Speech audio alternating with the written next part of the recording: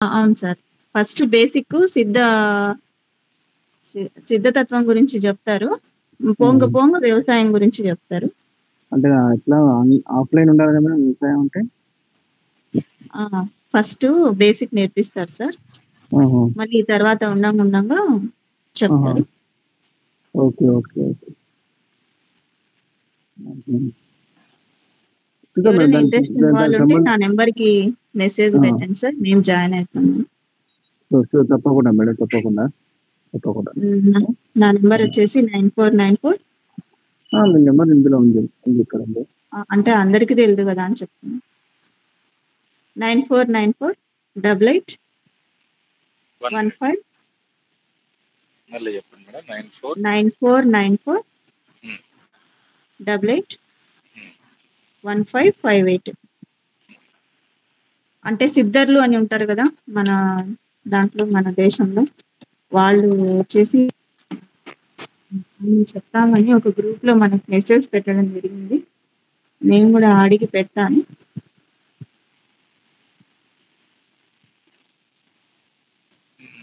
ఉమా గారు నమస్తే అమ్మా.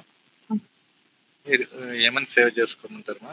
అంటే okay Uma Maheshwari sir, Pulivendula. Okay.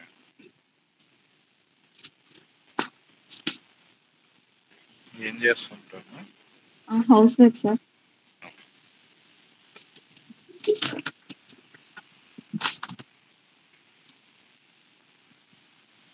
Okay, thank you sir. Thank you.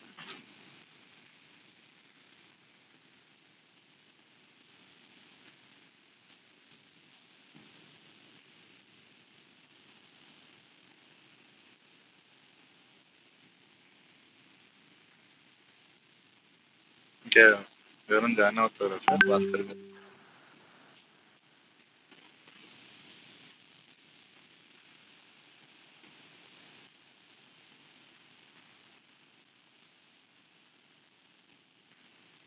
మాట్లాడండి కృష్ణ సార్, మాట్లాడండి మీరు. రాజేష్ గారు బాగున్నారా? బాగున్నారా?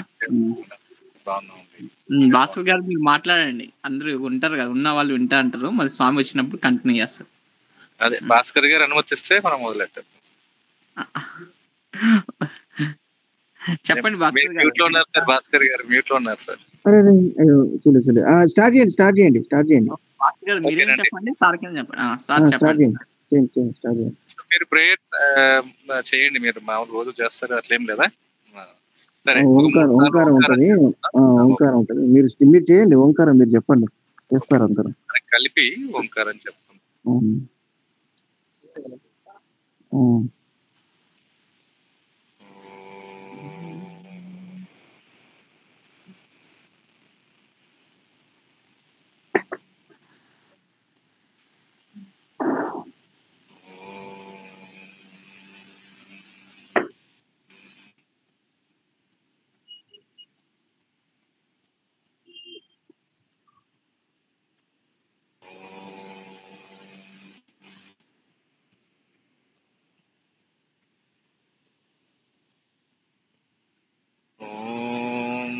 నమో బ్రహ్మాదిభ్యో బ్రహ్మ విద్యా సంప్రదాయ కర్తృభ్యో వంశ ఋషిభ్యో మహభ్యో నమో గురుభ్యః.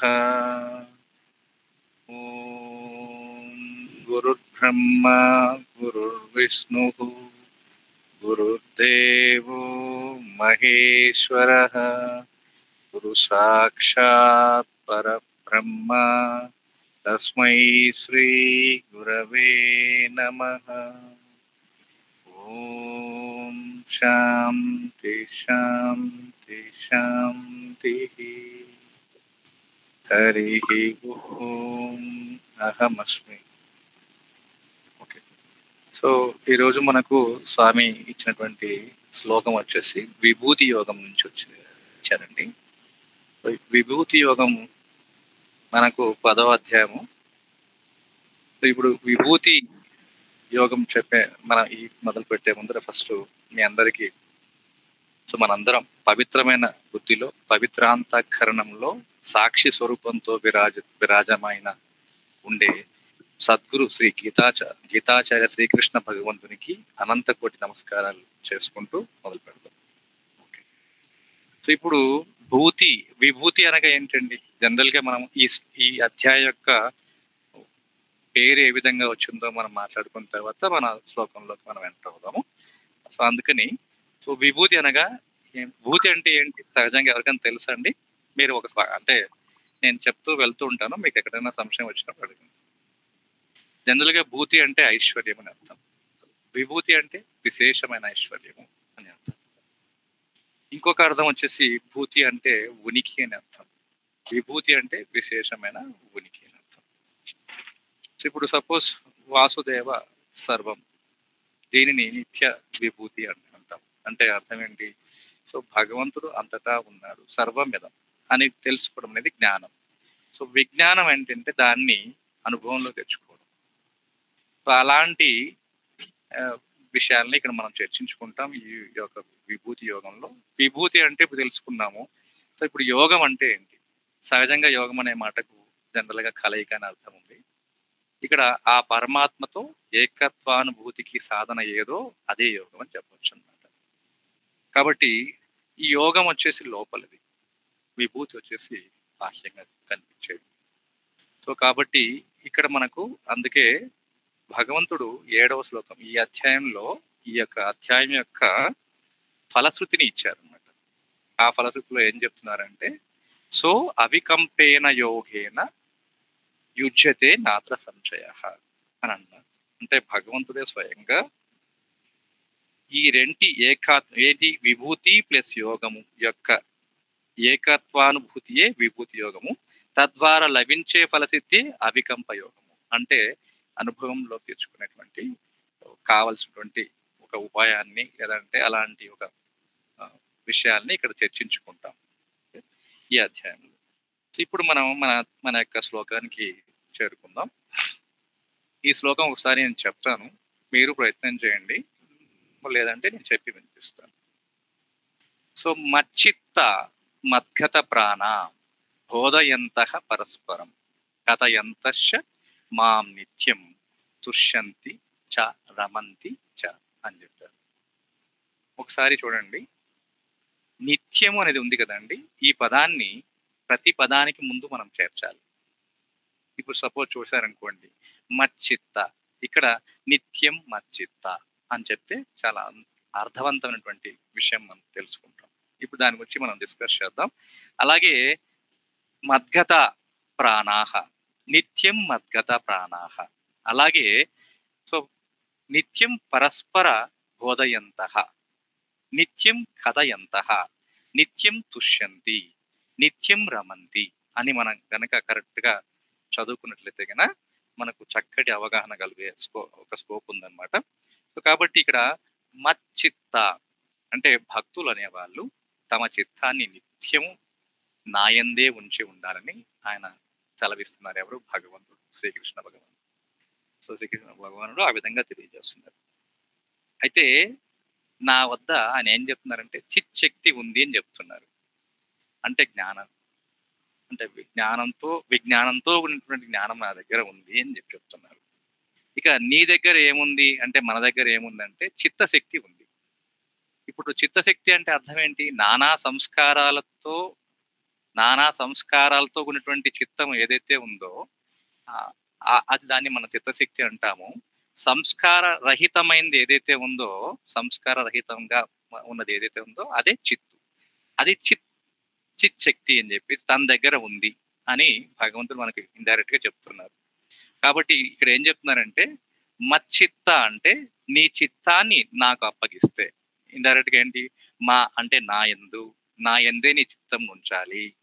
మద్గత ప్రాణాహ, మద్గత అంటే అర్థం ఏంటి? ఇక్కడ ప్రాణాలు అంటే అర్థం ఏంటంటే ఇంద్రియాలు అని అర్థం. మన ఇంద్రియాలను కూడా తన తదేకంగా ఆయన ఎందే ఉంచాలి. పరస్పరం బోధయంతః అంటే ఎప్పుడూ కూడా మనకు తెలిసిన విషయాన్ని, భగవంతుడి గురించి తెలిసిన విషయాల్ని చర్చించుకుంటూ, అంటే సత్సంగంగా ఉండాలి. ఎవరైనా చెప్పే భగవంతుడి గురించి చెప్పే విషయాల్ని పరస్పరం మనం ఎక్స్చేంజ్ చేసుకుంటూ ఉన్నట్లయితే గిన కథ ఎంత. సో అంటే ఇక్కడ కూడా తుష్యంతి రమంతి, ఇక్కడ అర్థం ఏంటంటే మనము ఎప్పుడు భగవంతుడి యందు రమిస్తూ ఉండే విధంగా ఉన్నట్లయితే గన అప్పుడు ఆయన ఏదైతే మనకు మన లోపల ఉన్నటువంటి అంటే ఇప్పుడు మనం ఇందాక యోగం విభూతి యోగం అని చెప్పేసి అనుకున్నాం కదా, ఆ విభూతి యొక్క ఫలశ్రుతిని మనకు చెప్పారు కదా, ఏమని 7వ శ్లోకంలో అవికంప యోగం అని చెప్పేసి. అంటే అర్థం ఏంటి, ఇక చూడబడేది అంతా భగవంతుడే. ఇప్పుడు మనమే భగవంతుడిగా మారిపోయామనుకోండి, మన చూపే భగవంతుడి స్వరూపంతో ఉందని. సపోజ్ మనం ఒకటి చూస్తున్నాము లేదా ఒకటి వింటున్నాం. సపోజ్ నేను చెప్తున్న మాటలు మీరు వింటున్నారు అంటే అర్థం ఏంటి, మీరు కాసేపు చెవి అనే ఒక ఇంద్రియం ద్వారా మీ లోపల అంతఃకరణ చతుష్టయం ఏదైతే ఉందో అది ఈ శబ్దంగా మారిపోయారు.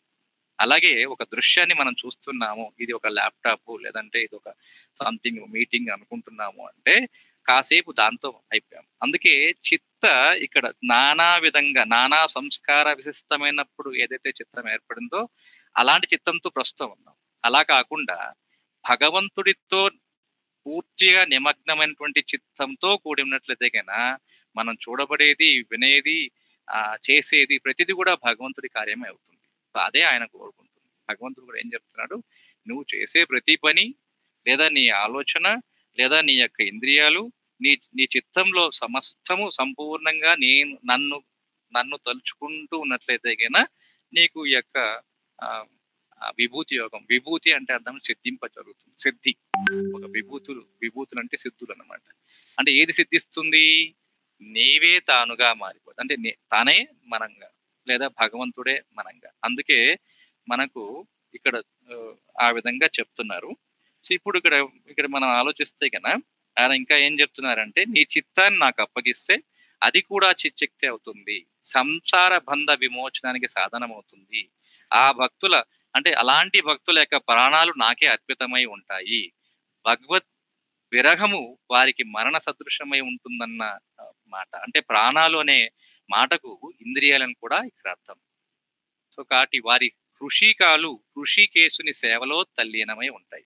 అంటే హృషికేశ పూజనం భక్తి దృశ్యతే. అంటే ఇక్కడ అర్థం ఏంటంటే హృషికాలంటే ఇంద్రియాలు, హృషికేశుడు పరమాత్మ. వారి ఇంద్రియాలు ఇంద్రియేశ్వరుడైన పరమాత్మ యందు సంలగ్నమై ఉంటాయి. సో ఇంద్రియాలు చిత్తాధీనం కాబట్టి మచ్చిత్తులైతే, ఎప్పుడు ఇంద్రియాలు ఎవరి ఆధీనంలో ఉంటాయి, చిత్తం యొక్క ఆధీనంలో ఉంటాయి. కాబట్టి అలాంటప్పుడు నువ్వు ఆ చిత్తాన్ని అంతటినీ కూడా నా యొక్క ఆలోచనతో, నా యొక్క స్ఫురణతో, నా యొక్క ఈ యొక్క బోధ పరస్పరం ఎక్స్చేంజ్ చేసుకుంటూ అంటే సత్సంగంతో ఉన్నట్లయితే కన్నా సో అట్లా కావడం వల్ల ఇప్పుడు మద్గత ప్రాణాలు కావడం సహజంగా ఉంటుంది. కాబట్టి భగవంతుడు ఇప్పుడు భగవంతుడు గా మనం మారాలని మన అందరి యొక్క కోరిక. మానవుడి యొక్క ఒక జీవిత పరమార్థమే తాను తెలుసుకోవడం లేదా భగవంతుడిగా మారడం కదా. సో అలాంటి విషయానికి వచ్చినప్పుడు సో ఈ శ్లోకంలో ఈ విధంగా అంటే అలా స్టెప్ బై స్టెప్ చెప్తున్నారు. నువ్వు మచ్చిత్తుడుగా ఉంటే మద్గత ప్రాణాలు నీ యొక్క ఆధీనంలో ఉంటాయి. ఆ విధంగా నువ్వు ఉండడానికి నువ్వు ఎప్పుడు కూడా పరస్పరం బోధ ఎంత నీ యొక్క తెలిసిన విషయాన్ని లేదా నువ్వు ఎప్పుడు కూడా భగవంతుడి గురించి పరస్పరం ఎక్స్చేంజ్ చేసుకుంటే విషయ జ్ఞానం కావచ్చు లేదా జ్ఞానం కావచ్చు, కావలసిన జ్ఞానాన్ని ఎక్స్చేంజ్ చేసుకుంటున్నట్లయితే కన్నా తప్పకుండా నువ్వు అదిగా అయిపోతావు. అలాగే రమ్మంతిచ అంటే అర్థం ఏంటంటే సో నువ్వు దాన్ని తప్పకుండా అనుభవంలో తెచ్చుకోగలవు అని ఒక విషయము. సో అయితే భాగవతంలో ఒక భక్తుడు ఈ విధంగా రచించాడు అనమాట. ఏమని, నీ పద్య వలులాలకించు చెవులున్ నిన్నాడు వాక్యంబులన్ నీ పేరన్ పనిసేయు హస్త యుగముల్ నీ మూర్తిపై చూపులన్ నీ పాదంబుల పొంత మ్రొక్కి స్థిరముల్ నీ సేవపై చిత్తముల్ నీపై బుద్ధులు నాకు నిమ్ము కరుణన్ నీరేజ పత్రేక్షణ అని ఒక శ్లోకంలో అతను ఆ విధంగా ఏ విధంగా నిన్ను ఆలకించు చెవులు నాకు, నీ గురించి మాట్లాడే వాక్యాలు ఇవ్వు, నీ పేరును తలుచుకునే లేదా నీ కొరకు చేసే పని ఇవ్వు. సో సో నీ మూర్తిపై నా యొక్క చూపులు ఉండేలాగా నీ పాదంబుల కొంత మొక్కు శిరములు ఇవ్వు. సో సేవ చేసే చిత్తములు ఇవ్వు. సో నీ గురించి చెప్పుకునే ఒక మంచి బుద్ధినివ్వు అని ఆయన అలాంటి కరుణను ఇవ్వమని చెప్పేసి భాగవతంలో కూడా ఆ విధంగా ఒక భక్తుడు వేడుకుంటాడు. సో కాబట్టి అలాంటి వారి నిత్యము నన్ను గురించి పరస్పరం, అంటే భగవంతుడు ఏం చెప్తున్నాడు ఇక్కడ, శ్రీకృష్ణ పరమాత్మ ఏం చెప్తున్నారంటే నన్ను గురించి పరస్పరము బోధించుకుంటూ అభ్యాస అనుసరి విద్య, అంటే అభ్యాసము చేత ఆ విధంగా అభ్యాసం అయిపోయి ఆ విద్య ఏదైతే బ్రహ్మ విద్య అనుకుంటున్నామో అలాంటి విద్య మనకు లభిస్తుంది అని అన్నట్లు ఈ యొక్క శ్లోకంలో చెప్పబడుతుంది. ఇప్పుడు ఎలాగైతే ఎలా ఉంటుందంటే, ఎందుకు ఇలా చెప్పుకోవాల్సి వస్తుందంటే, అంటే మనం అర్హులమా కాదో మనకు తెలియదు కానీ, బట్ మనం చలమలో నీళ్లు చల్లుతూ ఉంటే చూడండి, ఇప్పుడు మనం చలమ అంటే తెలుసు కదా మీకు, ఒక ఇసుకలో తవ్వి నీరు వచ్చినప్పుడు తీస్తూ ఉంటే మళ్ళీ నీరు ఊరుతూనే ఉంటుంది. ఎలాగైతే ఊరుతూ ఉంటుందో అలాగే విద్య బోధించడంతో మరింత విస్తరిస్తూనే ఉంటుంది. సో కాబట్టి మనకు సత్సంగం పెరుగుతూనే ఉంటుంది. కాబట్టి మనం నిర్భయంగా నిస్సంకోచంగా ఎంత తెలిస్తే అంత, తెలిసినంతలో తెలియపరిచే ఆ భగవంతుడు ఇచ్చిన శక్తిలో మనకి ఎంత తెలిస్తే అంత తెలియజేసడం ప్రయత్నం చేయాలి అని ఇక్కడ ఒక వివరణ వస్తుంది అన్నమాట.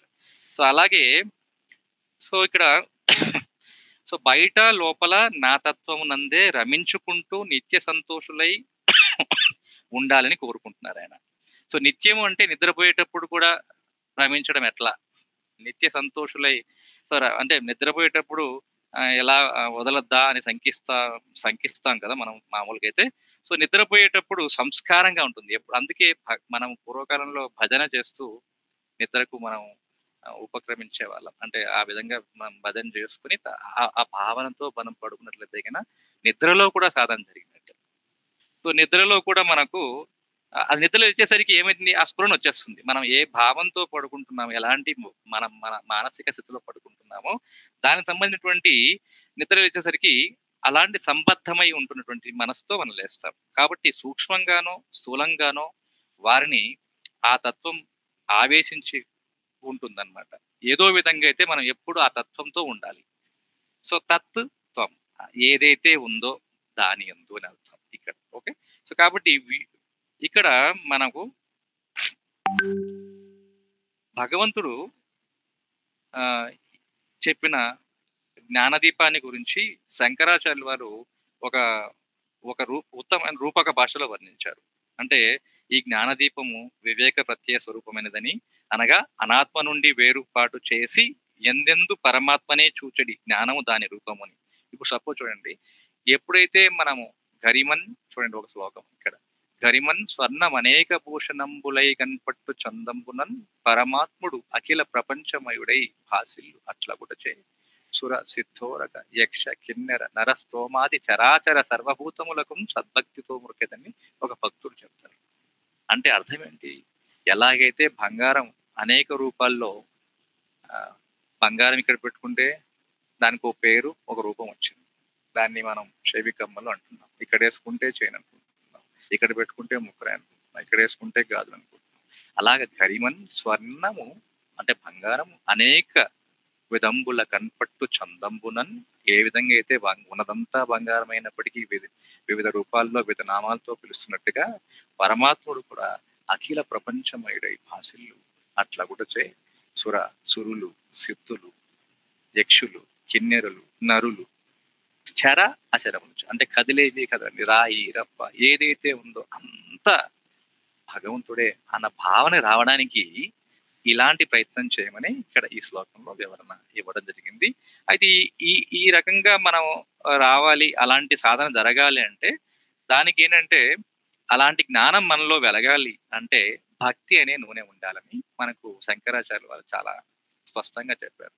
అలాగే ఈ దీపము నిరాటంకంగా ప్రకాశవంతంగా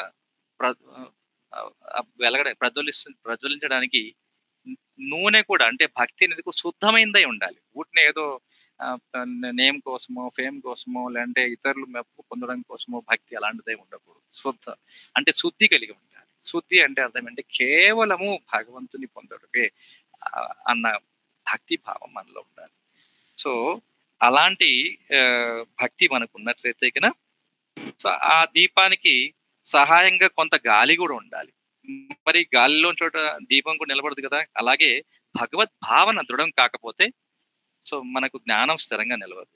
కాబట్టి మనం కొన్ని నియమాలు పాటించాలి. యమ నియమాలు అని చెప్పేసి ఉంటాయి. బ్రహ్మచర్యాది సాధన సంస్కారంతో కలిగి ప్రజ్ఞ అంటే ఆ దీపానికి ఒక ఒత్తిలాగా తయారు. అంటే ప్రజ్ఞ అంటే ఏంటి అర్థం అంటే ఇక్కడ శాశ్వతమైన పట్టుదల.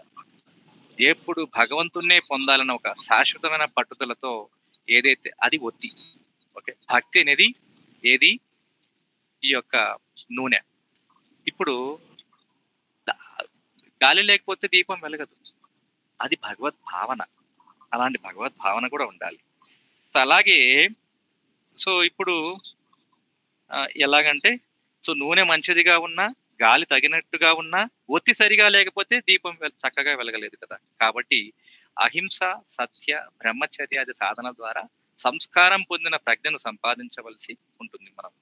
ఇకపోతే వైరాగ్యమే ఆ దీపానికి ఆధారస్తంభం. ఏదైతే ఆ ప్రమిదనో లేదంటే ఆ దీపం యొక్క కుండీనో ఉందో అది వైరాగ్యం. సో నూనె, ఒత్తి, నిలిచి భావనలు ఏవీ లేనటువంటి వైరాగ్యం కలగాలి మనకు. అలాంటి సహాయ సామాగ్రులతో కూడుకున్నప్పుడు జ్ఞానదీపము జగజ్జేగేయమానంగా ఏకాగ్రత ధ్యానంతో వెలిగి ఆత్మ పరమాత్మల ఏకత్వ జ్ఞానం అనే సమ్యక్ దర్శన ప్రకాశాన్ని జీవిత అన్నిటా విరజిమ్ముతుంది. కాబట్టి అప్పుడు ఏమవుతుందంటే భగవంతుని విభూతులను, ఆయన యోగాన్ని తత్వతః తెలుసుకోవడం భగవత్ ప్రాప్తికి సహాయకం కాబట్టి వాటి తెలుసుకునే కోసం సో మనకు ఇలాంటి ప్రయత్నం చేస్తే కనుక ఎప్పుడైతే విభూతి అంటే సిద్ధి పొందాలంటే సాధన జరగాలి. ఆ సాధన రావాలి. సాధన ఏ విధంగా చేయాలో ఇందులో ఈ శ్లోకంలో కూడా కొంత మనకు వివరణ ఇచ్చారు. సో ఇంతటితో సో అనండి. ఇందులో ఏమైనా మీకు సంశయం ఉంటారా?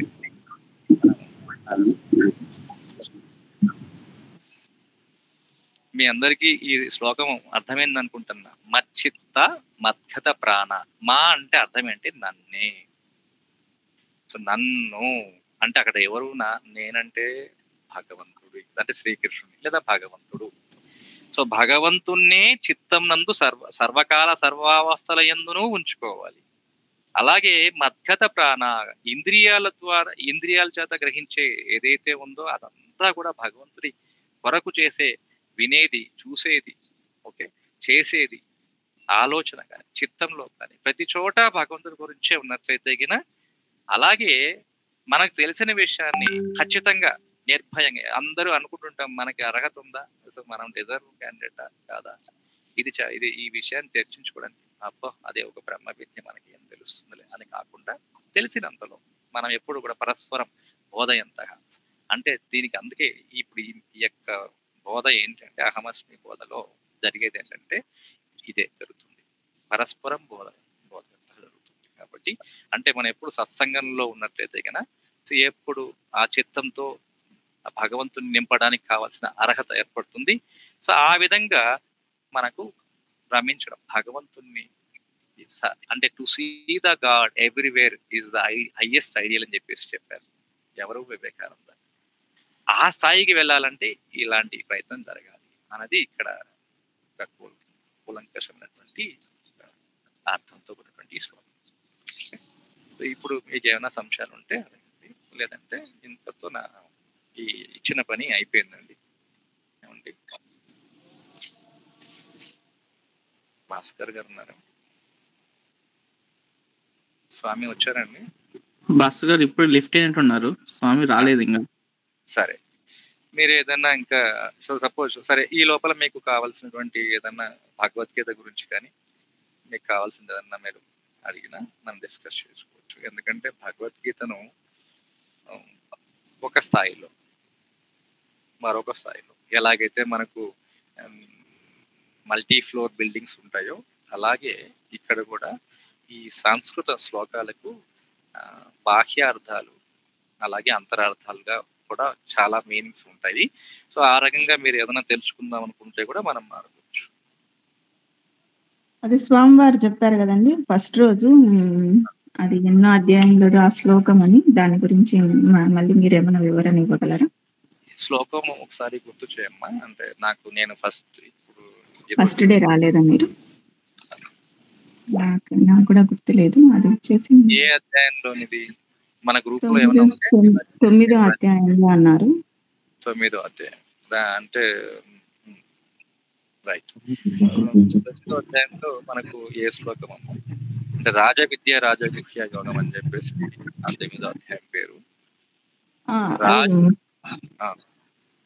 చెప్పండి. ఇప్పుడు రాజు వస్తున్నాడంటే ఎలా ఉంటుంది చెప్పండి? రాజమార్గం ఎలా ఉంటుంది? ఎవరైనా అడ్డుంటారండి? అందరూ తప్పుకుంటారు కదా. అలాగే ఇది భాస్కర్ గారు వచ్చేసారండి. భాస్కర్ గారు ఈ శ్లోకానికి సంబంధించినటువంటి విషయాన్ని నేను నాకు తెలిసినంతలో భగవంతుడు అంతరంతో షేర్ చేశారండి. మీకేమైనా సందేహాలు ఉంటే అడగండి, ఎవరైనా చెప్తారు.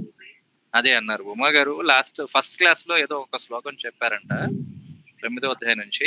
ఆ అధ్యాయంలో ఏ శ్లోకం చెప్తే దాన్ని బట్టి మనం డిస్కస్ చేసుకోవచ్చు. అది సోమవారం చెప్పారండి. ఆ శ్లోకం ఏమైనా ఉంటే ప్రజెంట్ చేస్తారా, అంటే షేర్ చేస్తారా గ్రూప్ లో? ఉమా గారు అడుగుతున్నారు, స్వామి వారు చెప్పినటువంటి శ్లోకం గురించి మీరు కూడా మీ మాటల్లో ఏమైనా చెప్తారా? చూస్తానండి అది శ్లోకం ఏడుందో. సరే.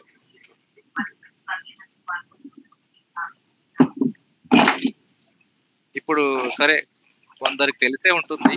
ఈ లోపల భాస్కర్ గారు చూసే లోపల మనం ఉమా గారు ఈ రకంగా చూడండి. ఇప్పుడు మనం భగవద్గీతలో మొట్టమొదట శ్లోకం చెప్పే ముందర కదా, భగవద్గీతలో మొట్టమొదటి శ్లోకం ఎవరైనా చదివారండి?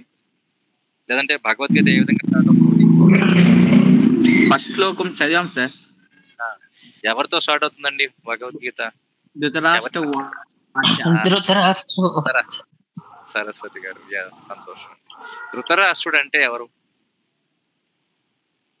ధృతము అంటే అని మామూలుగా బాహ్యార్థం కౌరవుల తండ్రి, గుడ్డివాడు ఇలాగా అనే మనకు బాహ్యార్థాలు. ఇప్పుడు అంతరార్థం తెలుసుకుంటే ధృతము అంటే తనది కాని రాజ్యాన్ని తనదిగా భావించేవాడు ఎవరైతే ఉంటాడో ప్రతి ఒక్కడు కూడా ధృతరాష్ట్రుడే.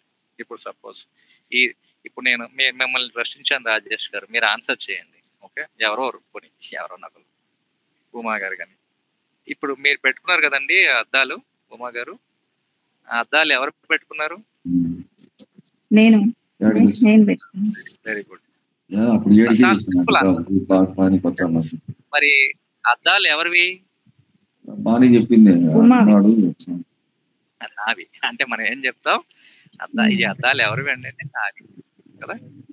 ఓకే, ఇప్పుడు మరి ఆ దేహం ఎవరిది అని చెప్పేసి అంటే మీరు ఏం చెప్తారు చెప్పండి? ఆ తలనో లేదంటే ఏదో మనకు ఉన్నటువంటి చెయ్యి. సపోజ్ ఇప్పుడు ఈ ఎగ్జాంపుల్ తీసుకుంటే ఈ టీషర్ట్ నేను వేసుకున్నాను. ఓకే, మీరు అడిగారు అనుకోండి ప్రశ్న, ఈ టీషర్ట్ ఎవరిది అంటే నేనేం చెప్తాను? నాదే అని చెప్తాను. ఓకే, ఎవరు వేసుకున్నారంటే నేను వేసుకున్నాను కదా. మరి దేనికి వేసుకున్నాను? దేహానికి. ఈ దేహం ఎవరిది? నాది. ఓకే, బట్ ఎవరు చెప్తున్నారు? నేను. ఇక్కడ నేను నాది బాగా అర్థం చేసుకుంటే కనుక మనకు అర్థమవుతుంది. ఇక్కడ నేను నాది అన్న కాన్సెప్ట్ ని ఒకసారి వివరించుకుందాం. మీకు అభ్యంతరం లేదు అంటే కనుక కొద్దిసేపు మాట్లాడు. స్వామీజీ వచ్చి స్వామీజీ గారు వస్తే భాస్కర్ గారు చెప్పండి. ఇప్పుడు నాది అని ఎప్పుడైతే మనం సంబోధిస్తున్నామో, అంటే మనం ఉచ్చరిస్తున్నామో, చెబుతున్నామో, నాదిని మనం పలుకుతున్నామో, నేను కంటే భిన్నంగా ఉన్నప్పుడే. సపోజ్ ఈ ఇల్లు నాది, నేను ఇల్లు కాదు కదా. అంగీకరిస్తారా? అందరూ ఆన్సర్ చేయాలి. అవును. ఏదైతే నేను నాది అని చెప్తున్నానో అది నేను కాదు కదా. అంటే ఈ దేహం నేను నాది అని చెప్తాను కాబట్టి ఇది నేను కాదు. ఈ మనస్సు నాది అని చెప్తాను కాబట్టి ఈ మనస్సు. ఈ బుద్ధి నాది అని చెప్తాను, అప్పుడు నా బుద్ధి సరిగా పనిచేసింటే నేను నిర్ణయం తీసుకునేవాడిని. ఇప్పుడు ఈ సమస్య ఉండేది కాదని చెప్తున్నాను కదా. అక్కడ బుద్ధి నాది అని చెప్తుంది, నాది అని మనం ఉచ్చరిస్తున్నాం, పలుకుతున్నాం కాబట్టి అది నేను కాదు. మరి నేనెవరు? తెలియని వాడే ఇప్పుడు ధృతరాష్ట్రుడు అన్నమాట. ఇప్పుడు ఆ ధృతరాష్ట్రుడు ఏంటంటే గుడ్డివాడు అంటే అర్థం ఏంటంటే సరైనటువంటి జ్ఞానం లేనివాడు. ఇక ఇంకొక దాంట్లో ఇంకొక స్థాయిలో తీసుకున్నప్పుడు అంటే తనది కాని రాజ్యాన్ని, ఇప్పుడు నాది కాని ఈ దేహాన్ని నాదిగా భావించి, లేదా నాది కాని ఈ మనస్సుని, ఈ బుద్ధిని నాదిగా భావించి నేను జీవిస్తున్నాను అనుకోండి, నేను ధృతరాష్ట్రుడే. అలాగే ఎవరైతే మన అందరం కూడా ఈ దేహ భ్రాంతిలోనో ఈ యొక్క బాహ్య ఈ వీటి అంటే ఏమంటారు, మనం ఇంద్రియాలతో మమేకమై జీవిస్తున్నాం అనుకోండి, లేదా మనసుతో మమేకమై జీవిస్తున్నాం అంటే మనం కాసేపు మనంగా లేవు. అందుకే చిత్తము, ఇందాక చిత్తశక్తి ఉందయ్యా నీ దగ్గర, అది నాకు ఇచ్చేయి, నేను చూసుకుంటానంటున్నాడు ఆయన. అక్కడ మచ్చిత్త అన్న దాంట్లో అర్థం ఏంటంటే నీ చిత్తాన్ని నాకు సమర్పిస్తే ఐ విల్ టేక్ కేర్. చిచ్చక్తిగా మారుస్తాను. చిచ్చక్తి అంటే జ్ఞానవంతంగా మారుస్తాను. ఏది జ్ఞానం? అసలు నువ్వు ఈ దేహం కాదు, లేదా ఇది ఈ ఇంద్రియాలు కాదు, ఈ మనసు కాదు, మరి నువ్వు ఎవరో అది నేను తెలియజేస్తానని చెప్పారు. అందుకే దానికి ఏకాగ్రత అంటే ధ్యానము అని మనందరం చేస్తుంటాం కదా. ఇప్పుడు మన త్వరలో స్వామి కూడా చేపిస్తారు కదా. సో ధ్యానం అంటే అర్థం ఏంటంటే ధ్యాత అంటే చేయువాడు, ధ్యేయము అంటే ఏదో మనం ఒక దాని మీద మనం మనసు పెడతాం కదా, లేదా మనం దృష్టి పెడుతున్నాం కదా, లేదా ఏకాగ్రం చేస్తున్నాం కదా. అలాగే చేయు ప్రక్రియ ఏదైతే మన మనసుని పదే పదే పట్టుకొచ్చి దాని మీదే ఉంచడం, అలా ప్రయత్నం చేస్తుంటాం కదా. అంటే ధ్యానం అనే ప్రక్రియ అంటే ఒక ప్రక్రియ, ధ్యేయము అండ్ ధ్యాత చేయువాడు ఎవడైతే ఉన్నారో ఈ మూడు కలిపి చేస్తే దాని ధ్యానం. కాబట్టి మనందరం కళ్ళు మూసుకొని ధ్యానం చేయడం అంటే ఎప్పుడు స్వరూపంతో, అంటే మన యొక్క స్వస్వరూపంతో, మన స్వస్వరూపం అంటే మనకు తెలియదు కానీ సరే మనం ఇప్పుడు జనరల్ దానికి ఏంటంటే అర్థం చేసుకుంటాం. అందుకే దీన్ని ఇందాక నేను భూతి విభూతి, భూతి అంటే అర్థం ఏంటంటే ఇప్పుడు తెలుసుకోవడం, విభూతి అంటే అనుభవంలో తెచ్చుకోవడం, విశేషమైనటువంటి జ్ఞానం. భూతి అనేది జ్ఞానం. ఇప్పుడు జ్ఞానము ఏదైతే ఉందో అది ఏంటది, ఇది నేను కాదని తెలుసుకున్నాము. ఓన్లీ జస్ట్ ఎంతసేపు ఉంటుంది ఆ భావన తదేకంగా ఉండేందుకు చేసే ప్రయత్నం ఏదైతుందో, లేదా అలా తెచ్చుకుంటే దాన్ని మనం విభూతి. 1 సెకండ్ అండి, నేను ఇది ఛార్జింగ్ అయిపోయి వచ్చింది, నేను ఛార్జర్ పెట్టి మాట్లాడతాను.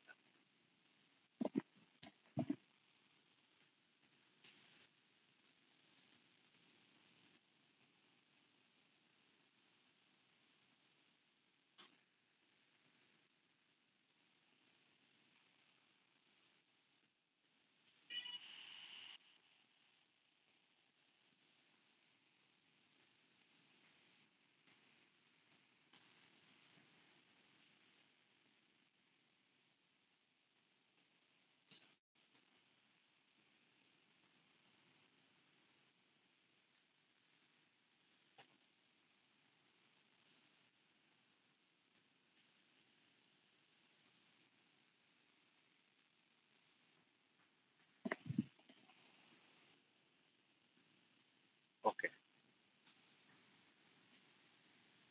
అలాగా ధృతరాష్ట్ర ఉవాచ అంటే జ్ఞానం కొరకు అక్కడ ఫస్ట్ ఆ పదం అక్కడ లేదంటే ఆ యొక్క క్యారెక్టర్ ని చూపించడం జరిగింది. సో అప్పుడు ఎవరు చెప్తారు ఈ విషయాన్ని ధృతరాష్ట్రుడికి? ఎవరని చెప్తారా? సంజయుడు అంటే అర్థం ఏంటి? సమ్యక్ జయ అంటే సంపూర్ణంగా ఇంద్రియాల్ని జయించిన వాడు ఎవడైతే ఉంటాడో వాడికి ఒక దివ్య దృష్టి లభిస్తుంది. ఇప్పుడు మనకు కూడా అదే, అంటే 3వ చక్షు జ్ఞాననేత్రం కలగాలి. ఆ జ్ఞానేత్రం కలగడం కోసమే మనం ఈ ప్రయత్నం చేస్తున్నాం. కాబట్టి సంజయుడు అంటే సమ్యక్ జయుడు, అంటే సమ్యక్ అంటే సంపూర్ణంగా ఇంద్రియాలని తన ఆధీనంలో ఉంచుకున్న వాడు ఎవరైతే ఉన్నాడో అతను సంజయులే. ఇప్పుడు మనలో అలా ఉంటున్నారనుకోండి, మనందరం సంజయులు. లేదు మనం అలా లేమనుకోండి, మనం ఫస్ట్ సంజయులుగా తయారవ్వాలి. అందుకే ఇక్కడ ఇంద్రియాలను జయించడం అనేది చాలా, అందుకే ఆ ఇంద్రియాలు మనం ఎలాగో మనం జయించలేం. ఎందుకంటే మనసుని జయించడం అనేది అంత ఈజీ ఏం కాదు. మనసుకు ఒక వాలితో పోలుస్తారు. వాలికి ఏముంటుంది వరం ఎవరికైనా తెలుసా? మనం ఎదుటి వాళ్ళ వాలి మంది కూర్చుంటే సగం ఎనర్జీ చేస్తుంది అతను. Perfect. ఇప్పుడు రాముడు అంతటి వాడు కూడా ఏదో చెట్టు చంపాడని చెప్పి చెప్తారు కదా, అంటే ఏంటి అర్థం? వాలితో పోలుస్తారు మన మనసుని నువ్వు కష్టంగా లేదా నువ్వు బలవంతంగా దాన్ని నేను ఇక్కడ ఉండు అంటే అది దానికి రెట్టింపు శక్తితో వ్యతిరేకిస్తుంది. అందుకనే ఆ పని అంటే మనసుని డైరెక్ట్ గా మనము ఆధీనంలో తెచ్చుకోలేము. కాబట్టి సింపుల్ సరెండర్ భగవంతుడికి అర్పించినాం అనుకోండి, ఏ పని చేస్తున్నా. ఎలాగైతే ప్రహ్లాదుడు త్రాగుచుని కూర్చుచుని ఆ సలీలా నిద్రాదులను గావించుచుని భగవంతునితో ఎప్పుడు ఆ ధ్యాసతోనే ఉన్నాడు కదా, అలా ఉన్నట్లయితేనే ఇది సాధ్యమవుతుంది. సింపుల్ టెక్నిక్ ఏంటంటే సర్వసమర్పణ భావం, సరెండరింగ్. ఒక సరెండరింగ్ చేయమని అడుగుతున్నాడు ఈ శ్లోకం కూడా ఇండైరెక్ట్ చెప్తుంది ఏంటంటే సరెండర్ అయిపోరా, ఐ విల్ టేక్ కేర్. ఇక నీకు ఏ బాధ ఉండదు. ఇహము పరము రెండు చూస్తాడు. విభూతి అంటే బాహ్యం అని అర్థం, యోగము అంటే అంతరం. నీకు ఇహము పరము అంటే ఇహం అంటే ఈ యొక్క విభూతి కావాల్సినటువంటి ఈ సమాజం లేదా ఈ యొక్క ఏమంటారు ప్రాపంచిక జీవనానికి కావాల్సినటువంటి అన్ని సమకూరుస్తాడు. అలాగే యోగము అంటే మనల్ని మనం తెలుసుకునేటువంటి తత్వాన్ని తీసుకెళ్తాడు. కాబట్టి సర్వసమర్పణ చేయడం అనేది ఆయన కోరుకుంటాడు. అక్కడ నీ చిత్తాన్ని ఇచ్చేయి, నీ ఇంద్రియాలను ఇచ్చేయి, నాతోనే నిత్యము. అది చూడు ఎలా అంటున్నాడు, అతు దీర్ఘకాల నైరంతర్య సత్కారా శైవితో దృఢభూమి అంటే అర్థం ఏంటి? ఇది పతంజలి యోగ సూత్రాల్లో ఉంటుంది.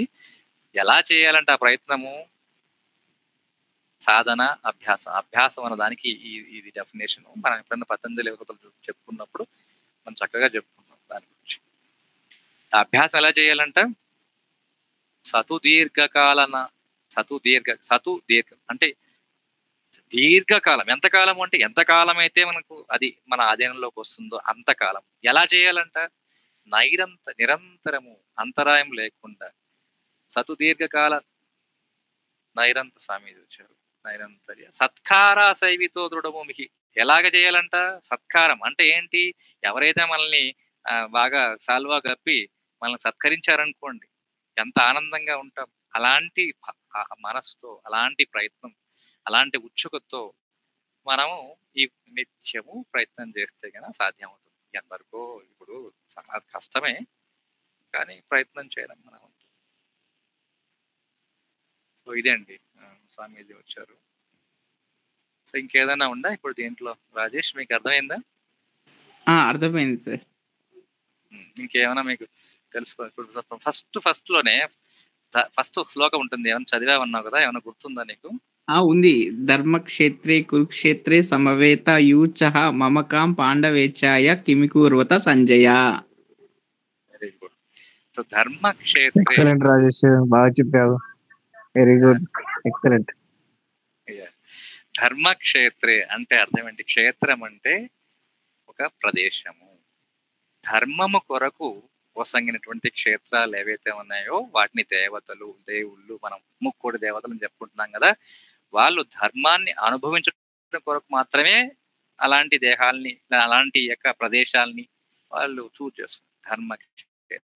కురుక్షేత్రే అంటే పశుపక్షాదులన్నీ కూడా కర్మానుసారంగా ఏ విధంగా అయితే జన్మను తీసుకొని వాటి కర్మను అనుభవించి తిరిగి అవి మళ్ళీ ఎక్కడి నుంచి వచ్చి అక్కడికి వెళ్తున్నట్టుగా. ఇప్పుడు కురుక్షేత్ర, ధర్మక్షేత్రే కురుక్షేత్రాన్ని సంబోధించారు. ఓన్లీ ధర్మక్షేత్రం అని లేదు, అలాగే కురుక్షేత్రం అని లేదు. మరి ధర్మక్షేత్రం కురుక్షేత్రం ఏంటి? ఎదుగో మానవుడు. ఈ మానవుడికి రెండు ఉన్నాయి. కర్మతో పాటు ధర్మం కొరకు ఇతను ప్రయత్నం చేయొచ్చు. ఇప్పటికైనా మించిపోయిందని లేదు, మనం అందరం బాధపడక్కర్లేదు. అయ్యో అయిపోయిందే జీవితం, ఇప్పుడైతే తెలుసుకుందాం అన్న భావన కాకుండా ఇప్పటి నుంచైనా మనం అటువంటి ప్రయత్నం చేయొచ్చు. కాబట్టి ధర్మక్షేత్రే కురుక్షేత్రం అంటే అర్థం ఏంటంటే ఇక్కడ కర్మను అంటే ప్రారంభ కర్మ, మనకు ఎంతో కొంత కర్మను తీసుకొచ్చుకున్నాం. కర్మను అనుభవిస్తూ ఆగామిని ఆపడం. మళ్ళీ కొత్తగా వచ్చి చేరింది అనుకోండి, మళ్ళీ యాడ్ అవుతూ ఉంటుంది. మళ్ళీ సంస్కారాలు, మళ్ళీ దానికి కావాల్సినటువంటి ప్రయత్నాలు, మళ్ళీ దానికి కావాల్సినటువంటి ఒక దేహాన్ని చూజ్ చేసుకుని, క్షేత్రాన్ని చూజ్ చేసుకుని మనం మళ్ళీ మానవుడిగానో లేదంటే కుక్కగానో లేదంటే ఇంకోటి ఏ జంతువుగానో మళ్ళీ మనం జన్మిస్తూ వస్తుంటాం. కాబట్టి అలా కాకుండా ఇక్కడ ఆగామిని ఆపడం కోసమే ఇందాక మనకు మచ్చిత్త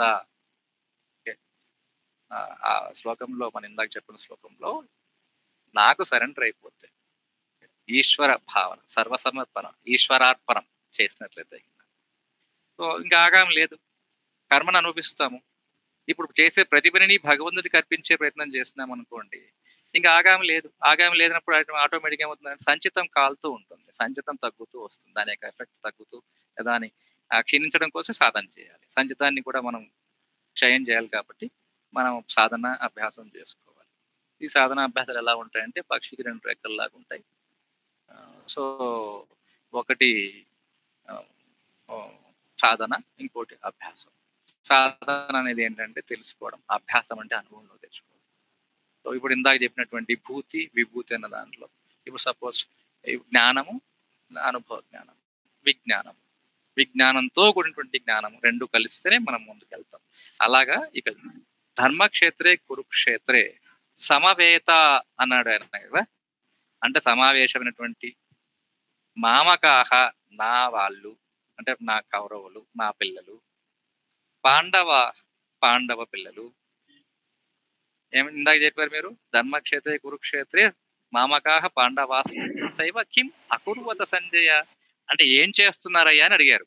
ఓకే, అసలు ఏమైనా ప్రశ్న ఉందా, దాంట్లో అర్థం ఉందా? యుద్ధభూమిలోకి వెళ్ళిన వాళ్ళు ఏం చేస్తారు? యుద్ధమే చేస్తారు. ఇక్కడ కూడా అంతే, మన లోపల కౌరవులు పాండవులు యుద్ధం జరుగుతూనే ఉంటుంది నిత్యం. సో ఆ రకంగా వచ్చే ఒక భావనతో ఫస్ట్ మొట్టమొదటి శ్లోకం స్టార్ట్ అవుతుంది. కాబట్టి మనం అలాగా ఇన్డెప్త్ గా కూడా ప్రతి శ్లోకాన్ని కూడా మనం చెప్పుకోవచ్చు. ప్రతి దానికి ఒక అర్థము, అంతరార్థము, బాహ్యార్థము రకరకాల స్థాయిలో ఉంటుంది. ఓకే, సరే స్వామి వచ్చారు, స్వామి క్షమించండి, కన్క్లూజన్ కోసం అలాగే ఇంకొకసారి కంటిన్యూ చేశాను.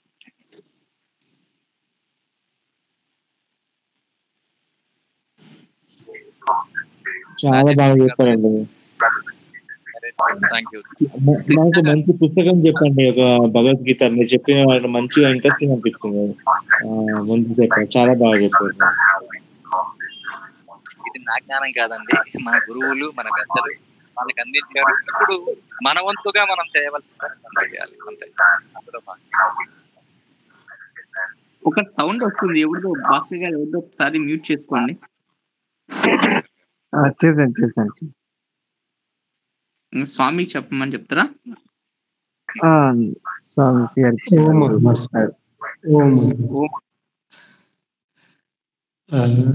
అందరికీ వందనములు.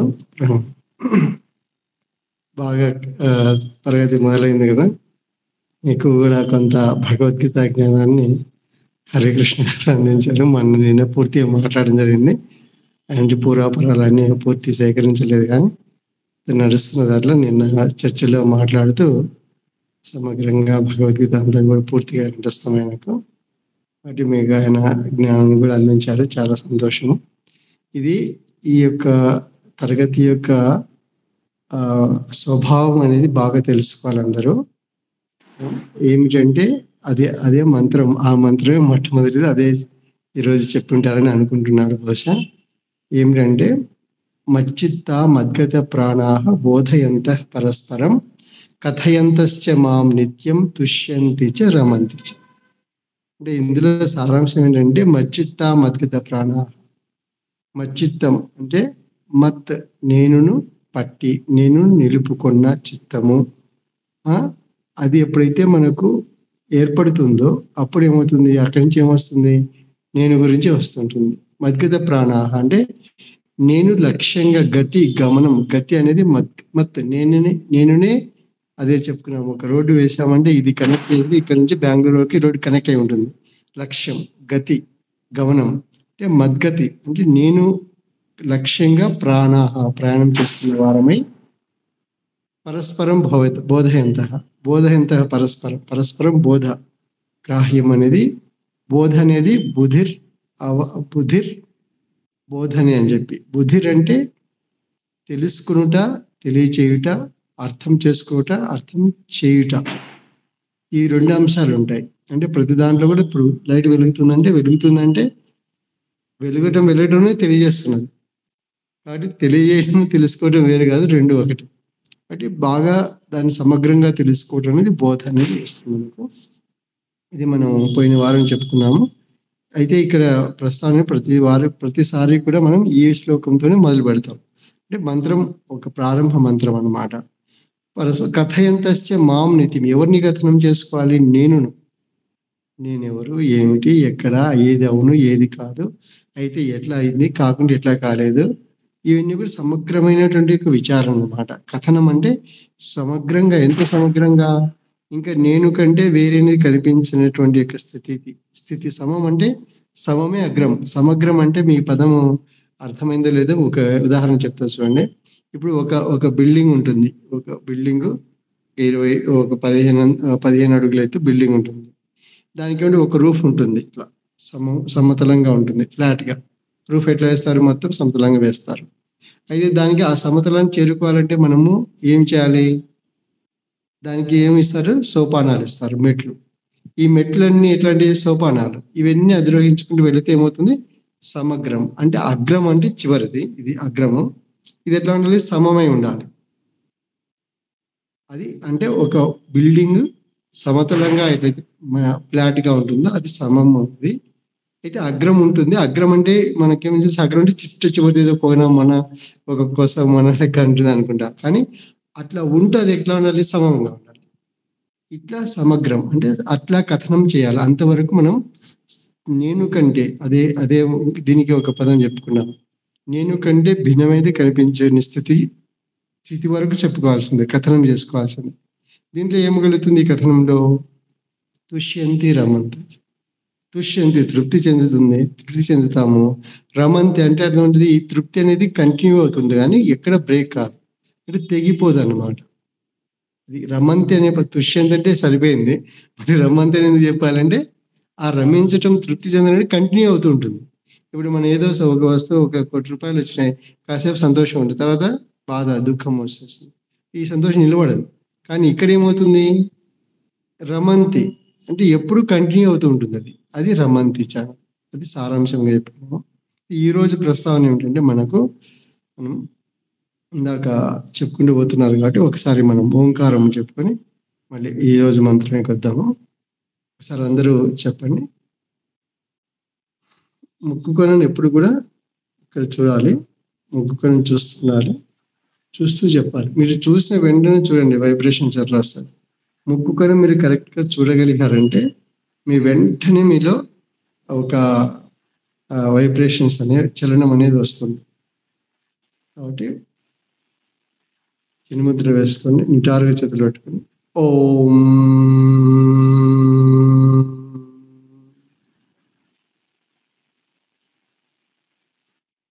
అందరూ చెప్పండి.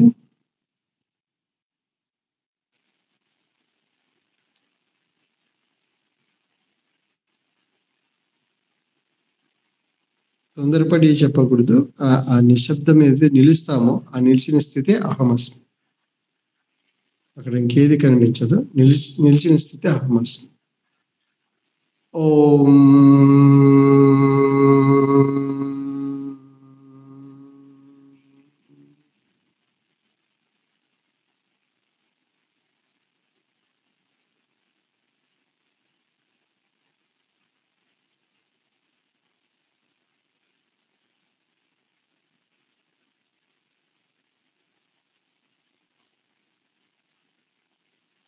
ఓం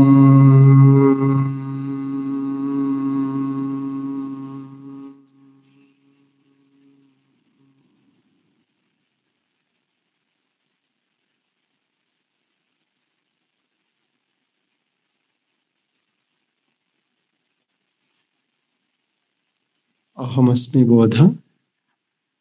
అహమస్మి బోధ అహమస్మిని సమగ్రంగా తెలుసుకోవటం. సమగ్రం అంటే ఇందా చెప్పుకున్నాం. ఇంకా ఎటువంటి సమగ్రం అంటే ఒకటి, దానికి శ్రీ గురు పాదుకా చికిత్సని మీకు పోయినసారి చెప్పాము. అది ప్రింట్గా వస్తుంది త్వరలో. 5 చికిత్సలు చెప్పాము, దాన్ని 7 చేసాము. అందులో శ్రీ గురు పాదుకా చికిత్స అని ఉంటుంది ఒకటి. ఈ శ్రీ గురు పాదుకా చికిత్సలో ఏమవుతుందంటే గురు పాదుకలు రెండు. అది ఒకటి ఏమిటి? అహమేవ అస్మి, అంటే నేనే ఉన్నాను. రెండవ పాదుక ఏమిటంటే నైవ అన్యోస్తి కిల, వేరేనది ఇతరము లేనే లేదు కదా. ఇది అనుభవరూపకంగా గురువు యొక్క పాదుకలు అన్నమాట. గురువు అనేది ఎట్లాంటిదంటే ప్రతిదీ కూడా మనకు అవగతం చేసుకుంటూ వెళ్ళేది. ఇప్పుడు ఈ వస్తువు, ఒక వస్తువు వేరు, నేను వేరు. మనకి ఇప్పుడు ఎట్లా ఉంటుంది? ప్రతి వస్తువు వేరుగా ఫీడ్ అయిపోయింది మనకు జ్ఞానం. ఇది డబ్బా, ఇది పౌచ్, ఇది సెల్ఫ్ పౌచ్. ఇట్లా ప్రతి వస్తువు ఏమైపోయింది? ఒక వస్తువు, దానికి పేరు, ఒక రూపము, ఒక పేరు, ఒక క్రియ చేస్తుంది, దాని గుణగణాలు. ఇట్లా మనకు ఫీడింగ్ అనేది అట్లా అయిపోయింది. అయితే ఇక్కడ ఏం చెప్తున్నారంటే మనం ఆ టాపిక్ వస్తున్నాము. అయితే దానికి ఏం చెప్పారు? రెండు పాదుకలు. అంటే ఏదైనా సరే బేసిక్ ఎట్లాంటిది? ఈ పాదుకలతోనే మన గమనం సాగించాలి. గమ్యానికి ఎట్లా సాగించాలంటే ఇది, అంటే అహమేవ అస్మి, నేనే ఉన్నాను. నైవ అన్యోస్తి కిల, వేరేనది లేనే లేదు కదా అన్నది. ఇది శ్రీ గురు పాదుకా చికిత్స. అంటే ఎప్పుడు ఈ రెండు ఎప్పుడు మనకు మనసులో ఉండాలన్నమాట. అప్పుడు ఏమవుతుంది? మనం సరైన ట్రాక్లో వెళ్తాం. ఇప్పుడు ట్రైన్ ఉంది అనుకోండి, రైలు బండి ఎన్నిటి మీద పోతుంటుంది? రెండు పోతుంటుంది. రెండింటి పట్టాల మీద పోతుంది. ఒక పట్టా మీద పోదు కదా, రెండింటి మీద పోదు. ఈ రెండు ఏమిటి? ఒకటి అహమేవ అస్మి, రెండవది నైవ అన్యోస్తి కిల, వేరేది లేదు కదా. ఈ రెండు వాస్తవంగా రెండు కలిసి రెండింటి మీద పోతుంటేనే ప్రయాణం జరుగుతుంది. ఒకటి పట్ట పోయింది అనుకుని ఏమవుతుంది? యాక్సిడెంట్ అయిపోతుంది. కాబట్టి ప్రయాణం ఇదే మద్గత ప్రాణాహ, అంటే అంటే ప్రాణులు అంటే మానవ ప్రాణి, ఇక సాధక ప్రాణి. లక్ష్యాన్ని చేరుకోవటం అనేది వీటితో ఇవి ప్రయాణం చేరేంత వరకు ఇవి ఎక్కడికి కనెక్ట్ చేయబడి ఉంటాయి? లక్ష్యాన్ని కనెక్ట్ చేయబడి. లక్ష్యం ఎవరు? అహం. మత్ అనేది అంటే పంచమీ విభక్తి. నేను నిలుపుకొని దాన్ని కనెక్ట్ అయి ఉంటుంది. కాబట్టి మనం ఏం చేయాలి? అహమేవ అస్మి. మీరు ఏ కష్టంలో ఉన్నా, ఏ బాధలో ఉన్నా, ఏ స్థితిలో ఉన్నా, ఎక్కడ ఉన్నా ఒకే మంత్రం అనేది ఓం అహం అస్మి. ఓం అంటే అకార, ఉకార, మకారము, దేహము, మనస్సు, గుణము. ఈ మూడు దాటి అహమస్మి, నేనున్నాను. ఏ ఒక్కటి నన్ను చెల్లింపజేయలేదు, ఏ ఒక్కటి నన్ను భంగపరచలేదు, ఏ ఒక్కటి నన్ను ఏడిపించే శక్తి లేదు. అసలు ఇంకోటి లేదు. అట్లా స్థితి కలగటానికి ఇంకోటి ఉండే కదా. కాబట్టి ఆ స్థితి రెండింటిని మనం ఏమవుతుంది? అందుకే ఓం అహమస్మి అనేది మంత్రం ఎట్లాంటిది? ఎందుకు ఇంత ఈ మంత్రం బీజ మంత్రం అనమాట. ఇది ఎందుకు అన్ని బీజ మంత్రం చెప్తుంటారు, కానీ ఇక్కడ ఏంటంటే బీజ మంత్రం చెప్పండి, బీజం పట్టుకొని కూర్చున్నాడు. ఇదేంటి? బాదం పప్పు, మీకు చిన్నది ఉంది, కనిపిస్తుందో లేదా? బాదం పప్పు, బాదం గింజ, బాదం విత్తనం, బాదం బీజం. బాదం పప్పు గురించి పెట్టుకున్నామంట. రోజు ఒకటి పట్టుకుంటాము ప్రతి క్లాసులో కూడా. ఈ బాదము విత్తనం ఉంది కదా, ఇది ఏం చెప్తుంది? ఏమన్నా చెప్తుందా మనకు? ఏం చెప్పదు. కానీ ఇదేం చెప్తుంది? ఇప్పుడు ఎప్పుడు చెప్తుంది? దీని ఒక చెట్టు చూసాం మనం. ఆ చెట్టు ఇప్పుడు చెప్తున్నది. ఏం చెప్తున్నది అంటే, ఒక చెట్టు, బాదం చెట్టు చెప్తున్నది అన్నమాట. ఏం చెప్తున్నది బాదం చెట్టు అంటే, అహమేవాసమేకో గృహే నాణ్యత్ సదసత్ పరం పశ్చాద్ అహం యదేతచ్చ యో అవశిష్యేత సోస్మ్యహం. మనము ఓం అహమస్మి మంత్రం చెప్పడానికి మూలమైన మంత్రము ఇది. ఎక్కడి నుంచి వచ్చిన మంత్రము ఇదే అనమాట. ఇది చతుస్లో అమ్మగారు, సరస్వతి అమ్మగారు వచ్చారో అట్లా లేదో, ఆమె ఇది దీంట్లో పెట్టారు, మంచి కాన్సెప్ట్ తీసుకొచ్చారు. ఇది అక్కడి నుంచే వచ్చింది. భాగవతం అంతా కూడా ఒక 4 శ్లోకాల పైన ఆధారపడి ఉంటుంది. నీతి ఉంటుంది. ఒక ఒక ఒక ఒక కథ చెప్తే ఒక నీతి ఉంటుంది. ఒక కథకు ఒక నీతి, ఒక స్టేట్మెంట్ చెప్తాం. అట్లాగే ఏమవుతుందంటే భాగవతం అనేటువంటి కథలన్నిటికీ కూడా బేస్ ఒకటి ఉంటుంది, ఆధారం. ఆ ఆధారమైన శ్లోకమే ఇది. అహమేవాసమేకోగ్రే నాణ్యత్ సదసత్పరం పశ్చాత్ అహం యదేతచ్చ యో అవశిష్యేత సోస్మ్యహం. భాగవతమే కాదు, అన్ని గ్రంథాలు, అన్ని శాస్త్రాలు, సకల శాస్త్రాలకు మొట్టమొదటిగా చెప్పినటువంటి మంత్రం ఇది.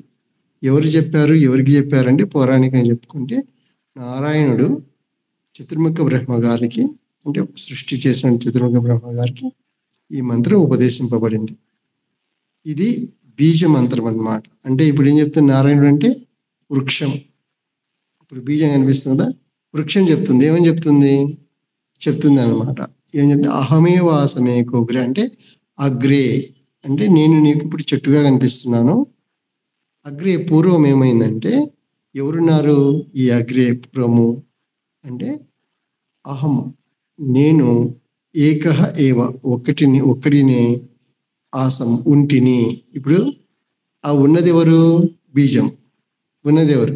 చెట్టుకు పూర్వం ఎవరున్నారు? బీజమే ఉన్నది. చెట్టులో ఏం కనిపిస్తాయి మనకు? ఆకులు, కొమ్మలు, రెమ్మలు ఇవన్నీ కనిపిస్తున్నాయి. ఇవి వేరువేరుగా చూస్తున్నాం. విశ్వం అంతా ఇట్లా చూస్తున్నాం మనం. ఈ చెట్లు ఏం చూస్తున్నాం? వేరు అన్ని రకరకాలు చూస్తున్నాం. కానీ చెట్టు ఏం చెప్తుంది? నువ్వు అన్నీ ఏవో చూస్తున్నావయ్యా, కానీ నేనేంటి? అహమేవాసమేకోగ్రే అగ్రే పూర్వము అహం ఏకహ ఏవ నేను ఒక్కడినే ఉంటిని. ఇది బీజం.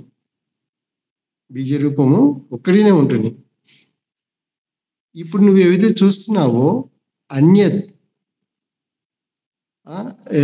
అన్యత్ యత్ అంటే అన్యత్ ఏదైతే ఉందో వేరేది చూస్తున్నావో యత్ అది ఏమంటే సత్ అసత్ పరం. సత్ అంటే ఉండటం, అసత్ అంటే లేకపోవటం, పరం దీనికి మధ్యస్థం కానీ అతీతం కానీ ఇంకోటి ఏదైనా కానీ. పరం అంటే వేరేది ఏమనవచ్చు, గొప్పది కావచ్చు. ఇవన్నీ కూడా ఈ మూడు అంశాలు లేవు అసలు. సత్ అసత్ పరం అంటే ఇప్పుడు ఏదైతే నువ్వు ఉందంటున్నావో, బాక్స్ ఉందన్నావు, ఇప్పుడు ఇది ఉన్నదా? ఏది ఉన్నది? ఇది ఏది అంటే ఇది వేరుగా చూస్తున్నాం. అసత్ దీనికంటే దీనికి ఇది ఎవరో పుట్టించారో ఎవరో చేశారు కదా, ఇది అసత్ కనిపించదు. అది ఎవరో కారణమే ఉన్నది.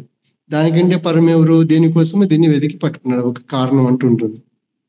కాబట్టి దీని భావము, దీని భావానికి కారణం ఇంకొకటి గుణం అని చెప్పుకున్నాం. ఇట్లాంటి మూడు అంశాలు కూడా ఏవి లేవు. ఎవరున్నారు అక్కడ? అన్యత్ నా అన్యత్ సద్ అసత్ పరం. అన్యత్ సత్, అన్యత్ వేరేనది, సత్ కానీ అసత్ కానీ పరమైనది నా లేవు. మరి ఎవరు అంటే ఇప్పుడు ఏంటి? ఈ రొమ్మలు, కొమ్మలు, ఆకులు ఇవన్నీ చూసి ఇట్లా వేరేని చూస్తున్నాం మనం. అయితే ఇంకొక పదం వేస్తున్నారు, పశ్చాత్ అంటే పూర్వం ఇప్పుడు బీజంలో ఉన్నా కదా, దీని తర్వాత ఏమైంది అంటే పశ్చాత్ ఏదైతచ్చ అహం అంటే పశ్చాత్ తర్వాత యత్ ఏదైతే ఏతత్ ఇది ఉన్నదో అది ఎవరు? అహం. అంటే ఇక్కడ నుంచి ఇప్పుడు చూడండి, ఈ బీజం నుండి చెట్టంతా వచ్చింది కదా, చెట్టులో బీజంలోది కాకుండా ఏదైనా వస్తుందా? బీజం కాకుండా వేరేది ఏదైనా ఉంటుందా? కించితన్నా కొంచెమైనా ఉంటుందా? ఎట్టి పరిస్థితులు ఛాన్స్ ఏమైనా ఉందా? అస్సలు లేదు. అదే మంత్రం చెప్తున్నది. పశ్చాత్ అహం ఏదైతచ్చ అంటే పశ్చాత్ తర్వాత ఈ బీజం నుండి వికసించిన తర్వాత వికాసం అవుతుంది. వికసించిన తర్వాత ఈ చెట్టు అంతా ఏముంది ఇప్పుడు? అహం. పశ్చాత్ తర్వాత ఏదైతచ్చ ఏదైతే ఉన్నదో ఏతత్ ఇది ఎవరు? అహం నేనే. అహం ఏకహేవ నేనే ఒక్కడినే ఉన్నాను. ఈ చెట్టు అంతా ఎవరు? బీజం తప్ప వేరేది ఉందా ఇక్కడ? వేరేది కనిపిస్తుందా మనకు? బీజం తప్ప కించిత్ కూడా లేదు. కాబట్టి ఈ బీజం తప్ప వేరేనిది నువ్వు చూస్తున్న దాంట్లో వేరేది ఏ కించిత్ లేదు. ఇదేమిటి? అహం ఏకహ ఏవ నేను ఒక్కడినే ఉన్నాను. ఎప్పుడు? చెట్టంతా ఎవరిని చూస్తున్నావు? నన్నే చూస్తున్నావు, నువ్వు వేరే దాన్ని చూడటం లేదు. కాబట్టి ఏకహ ఏవ నేను ఒక్కడినే చూస్తున్నాను. సరే అయిపోయింది కదా.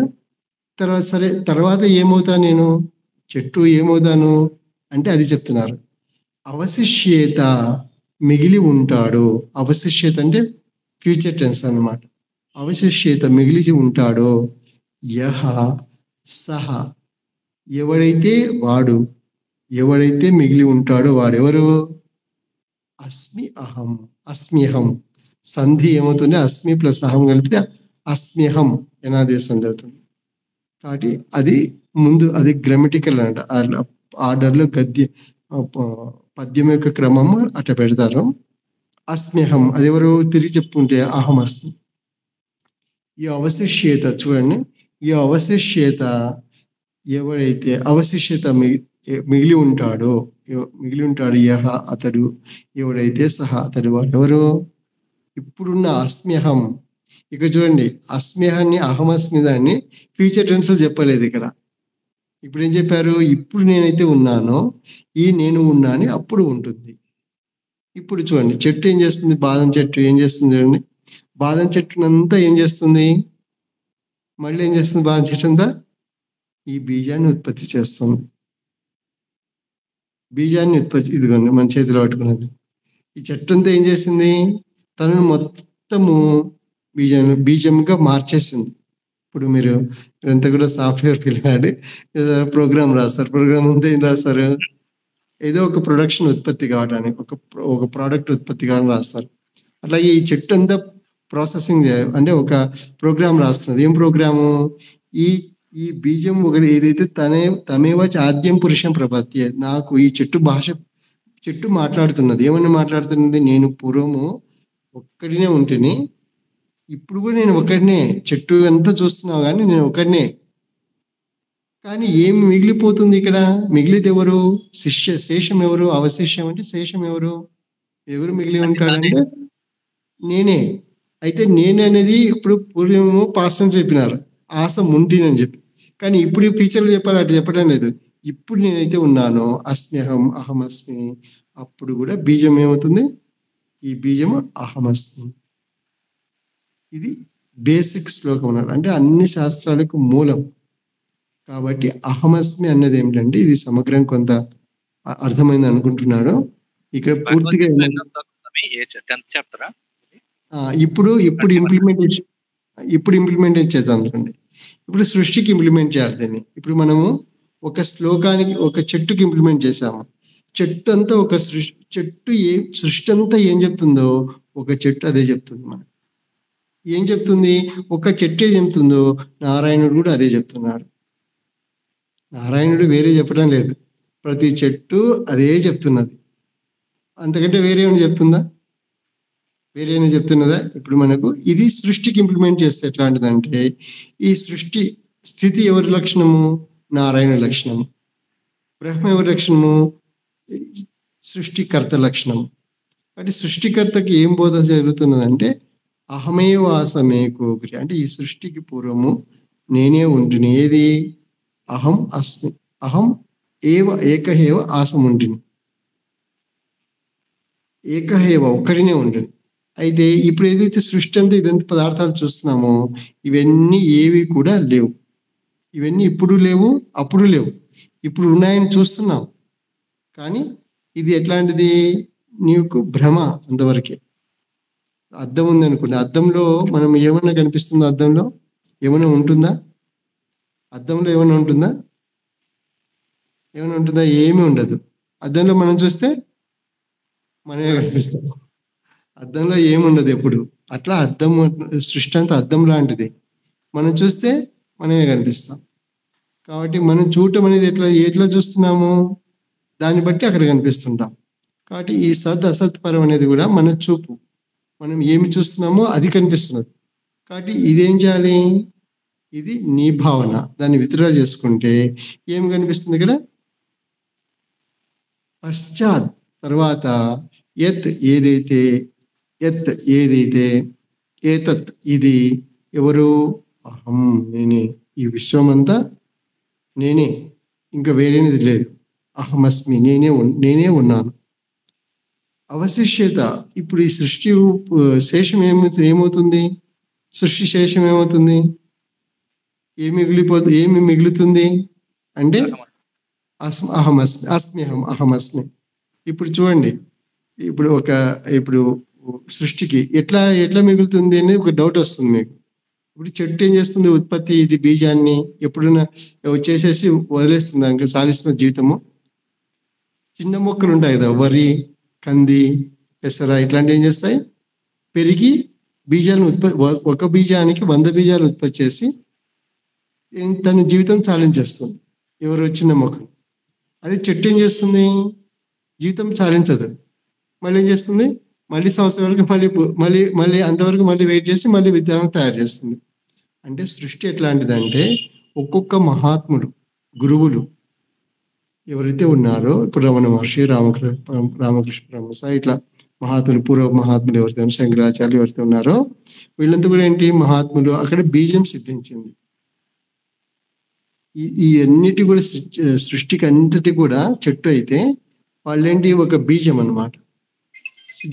సిద్ధి పొందారంటే అహమస్మిగా సిద్ధించుకున్నారు, అహమస్మిగా నిలిచిపోయారు. అది విదేహముక్తి. ఇది అర్థమైంది కదా? అంటే ఒక బీజము సిద్ధించిందంటే అర్థం ఏంటంటే, ఇట్లా ఒక చెట్టు విశ్వం అయితే దీంట్లో ఒక పండు, గురువులు అనేది ఒక పండు స్వరూపాలు. ఆ పండు స్వరూపంలో ఏమవుతుంది? దాంట్లో బీజం సిద్ధి కలుగుతుంది. ఈ బీజం సిద్ధి ఎప్పుడైతే కలిగిందో అది విదేహముక్తి, మళ్ళీ పునర్జన్మ ఉండదు. ఇది అంటే ఒక చెట్టు విత్తనం ఉత్పత్తి చేస్తుందంటే సృష్టి ఏం చేస్తుంది? అహమస్మిని ఉత్పత్తి చేస్తుంది. ఈ కాన్సెప్ట్ బాగా ఇది ఎంత బాగా అర్థం కావాలంటే క్షుణ్ణంగా అర్థం కావాలి మీకు. ఇది అర్థమైందంటే అసలు ప్రపంచంలో ఇంకా అర్థం కాదంటూ లేదు. ఇప్పుడు ఒక చెట్టు ఒక బీజాన్ని ఉత్పత్తి చేయడానికి ఎంతలా కృషి చేస్తున్నదో, విశ్వం అంతా కూడా ఏం చేసింది? ఇప్పుడు ఒక చిటారు కొమ్మలో ఒక పండు, ఒక కాయ ఏర్పడాలంటే చెట్టు కృషి అయింది, కాయ ఏర్పడుతుందా? చెట్టు అంతా కూడా ఏమైతుంది? ఈ బీజంలోకి బీజ రూపం దాల్చింది. బీజంలోకి పోవటం కాదు, బీజమే వృక్షం అంతా ఏమైంది? బీజ రూపం అయిపోయింది. అట్లా ఈ విశ్వం అంతా ఏమైపోయింది? ఒక మహాత్ములు సిద్ధి పొందాడంటే అర్థం ఏంటంటే విశ్వమంతా బీజ రూపం అయిపోయింది. ఇది అహమస్మి అంటే. అహమస్మి అంటే ఇది అహమస్మి. కాబట్టి అహమస్మి అనేది అంటే బీజం అహమస్మి అన్నమాట. కాబట్టి ఓం అహమస్మి అనేది మనకి ఎక్కడ వినిపించదు శాస్త్రాల్లో. అహం బ్రహ్మాస్మి తర్వాత రకరకాలు ఉంటుంది, కానీ అహమస్మి వినిపించదు. కానీ మనం ఏం చేస్తున్నాం ఇక్కడ? మనం అహమస్మి అనేది, ఓం అహమస్మి అనేది సారాంశం అన్నమాట. వేదాంతం యొక్క సర్వశాస్త్రాల సారం. శ్రీకృష్ణ మఠంలోనే ఉన్నాను ఇప్పుడు ఇక్కడే. కాబట్టి ఇక్కడ ఉన్నటువంటి యొక్క సారాంశం ఏంటంటే ఇది అన్నమాట. శ్రీకృష్ణ మఠం చెట్టు అయితే బీజం ఇది, అహమస్మి ముఖ్యం అనేది. కాబట్టి అహమస్మి అనేది వేరే కాదు. కృష్ణాన్నమాట కృషి చేస్తే దాంట్లో అది బీజం ఏంటి? అహమస్మి అన్నమాట. కాబట్టి అహమస్మి అనేది ఏంటంటే బీజం అన్నమాట. ఇది ఒక క్లుప్తంగా మనం చెప్పుకునే సారాంశము. ఇంకా విశదంగా ప్రతి శ్లోకం కూడా దీంతో అని చెప్పుకుంటాం, బీజంతోనే ప్రతి ఒక్కటి కూడా. అది తర్వాత మళ్ళీ వస్తాయి. అయితే ఇప్పుడు ఏంటంటే ఈరోజు ఒక మాట చెప్పుకొని ముగిద్దాము. మీ అందరు కూడా మళ్ళీ ఇక్కడ అహం అన్న పదం వాడుతున్నాం కదా, అహమస్మి అనేది. ఈ 2 పదాలకు అర్థం చెప్పుకుందాం, క్లుప్తంగా చెప్తాం, మళ్ళీ వివరణ తర్వాత. అహం అనే పదం ఏమిటంటే అసలు అందరికీ ఆశ్చర్యము. మఠం ఒక నందికేశ్వర కాశి అని ఒక పుస్తకం ప్రింట్ చేశారు, ముద్రించారు, స్వామివారు రాశారు. అకారః సర్వవర్ణాగ్రహ. అకార అనే పదం ఉంది కదా, ఆ అక్షరము, అకారం అనేది సర్వవర్ణ అగ్రహ అంటే మొదటిది. అకారం అనేది మొదటి అర్థం. అయితే ప్రకాశ పరమేశ్వర అంటే ఈ వర్ణాలలో అన్నిటికంటే మొదటి వర్ణం ఏదైతే అకారం ఉందో ఇది ఎవరంటే పరమేశ్వరుని యొక్క ప్రకాశము, వెలుగు, జ్ఞానం. ఆ అన్న అక్షరం, ఆ అన్న అక్షరము పరమేశ్వరు యొక్క ప్రకాశం, వెలుగు, జ్ఞానం. ఆ అన్న అక్షరం ఇది అకార సర్వవర్ణాగ్రహ ప్రకాశ పరమేశ్వర యొక్క ప్రకాశం. ఆద్యం అంత్యేన సంయోగాత్. ఆద్యం అంత్యేన సంయోగాత్. ఆ అక్షరంలో కాదెవరు? అ. అంత్యం ఎవరు? హ. అంతే కదా, అ హ. ఆద్యం అంత్యేన సంయోగాత్. ఇట్లా దీనివల్ల ఏమవుతుంది? అహమిత్యేవ జాయతే. అహం అనే పదం ఉద్భవిస్తుంది. జాయతే పుడుతుంది, ఉద్భవిస్తుంది. అహం అనే పదం ఎక్కడి నుంచి వచ్చిందంటే ఆ అక్షరం నుండి హ అక్షరం వరకు ఆది అంత్యము హాను సంయోగం చేస్తే జనించేది ఎవరు? అహం. కాబట్టి అక్షరం బ్రహ్మ పరమం. ఇంకొక దృష్టిలో చూస్తే అంటే ప్రతి అక్షరం ఏమైంది? పరం బ్రహ్మ. బ్రహ్మ పరం అంటే పరం బ్రహ్మ. ఆ పరం బ్రహ్మ ఎవరు? మీరు పదములు బాగా గుర్తుపెట్టుకోవాలి. పరం బ్రహ్మ ఈజ్ ఈక్వల్ టు అహమస్మి, ఈజ్ ఈక్వల్ టు పరమాత్మ, ఈజ్ ఈక్వల్ టు పరం జ్యోతి, ఈజ్ ఈక్వల్ టు ఇట్లా పరం పరం అనే పదం వాడినప్పుడు అప్పుడు ఈజ్ ఈక్వల్ టు బ్రహ్మ పరం బ్రహ్మ, ఆత్మ పరమాత్మ, జ్యోతి పరం జ్యోతి. అంటే పరం అనే పదం ఎప్పుడైతే వేస్తామో అది ఈజ్ ఈక్వల్ టు అహమస్మికి వెళ్తుంది. అందుకే బ్రహ్మ అని అనుకోండి, అక్షర బ్రహ్మ అని అనుకోండి, అది ఈజ్ ఈక్వల్ టు అహమస్మి. అంటే శాస్త్రం యొక్క భాష మనము సమగ్రంగా అర్థం చేసుకోవటము ఈ విధంగా చేసుకోవాలి. కాబట్టి అహం అనే పదము ఆ అక్షరం మొదలుకొని హ అంత్యమైనటువంటి ఈ హ రెండింటిని అనుసంధానం చేస్తే ఉద్భవించేది అహం. కాబట్టి సర్వ భాషలు సర్వవర్ణములు అహంలో ఉన్నాయి. ఇంకొక క్లుప్తంగా అస్మి అనేది చెప్పుకున్నాం. అస్మి అంటే ఏమిటి? అస్ అంటే భువి, అంటే భూసత్తాయం ఉండటం. అస్మ్యలో ఏమి చెప్తుందంటే ఉనికి ఉండటం చెప్తుంది. ఉన్నాను. అస్మి అనేది ఏంటి? ఉన్నాను. అహం అస్మి అంటే నేను ఉన్నాను. ఇది మనకు క్లుప్తంగా సారాంశం అన్నమాట. కాబట్టి ఇక్కడ మనం తెలుసుకోవాల్సింది ఏంటంటే అహం అన్న పదము అక్షరం యొక్క మొదటి స్వరూపం నుండి చివరి అ హ కలిపితే అంతం ఏర్పడినటువంటిది. అస్మి అనేది ఏంటి? అస్ ధాతు అంటే అస్ ధాతు అంటే అది క్రియాపదం కాబట్టి ఉండటం, ఉండుట. కాబట్టి ఉన్నాను. అహమస్మి అంటే నేను ఉన్నాను. ఇది సారాంశం అన్నమాట. కాబట్టి ఈరోజు మనం చెప్పుకున్న అంశములలో ఏమిటంటే మొట్టమొదటిది ఒకసారి క్లుప్తంగా 2 మంత్రాలు చెప్పుకొని ముగిద్దాం. అహమేవాసమేకోగ్రే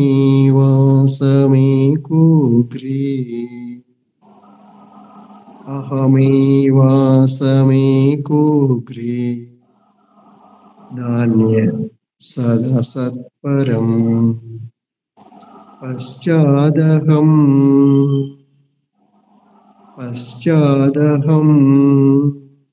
యదేతచ్చ యో అవశిష్యేత సోస్మ్యహం యో అవశిష్యేత సోస్మ్యహం. ఇది మంత్రము.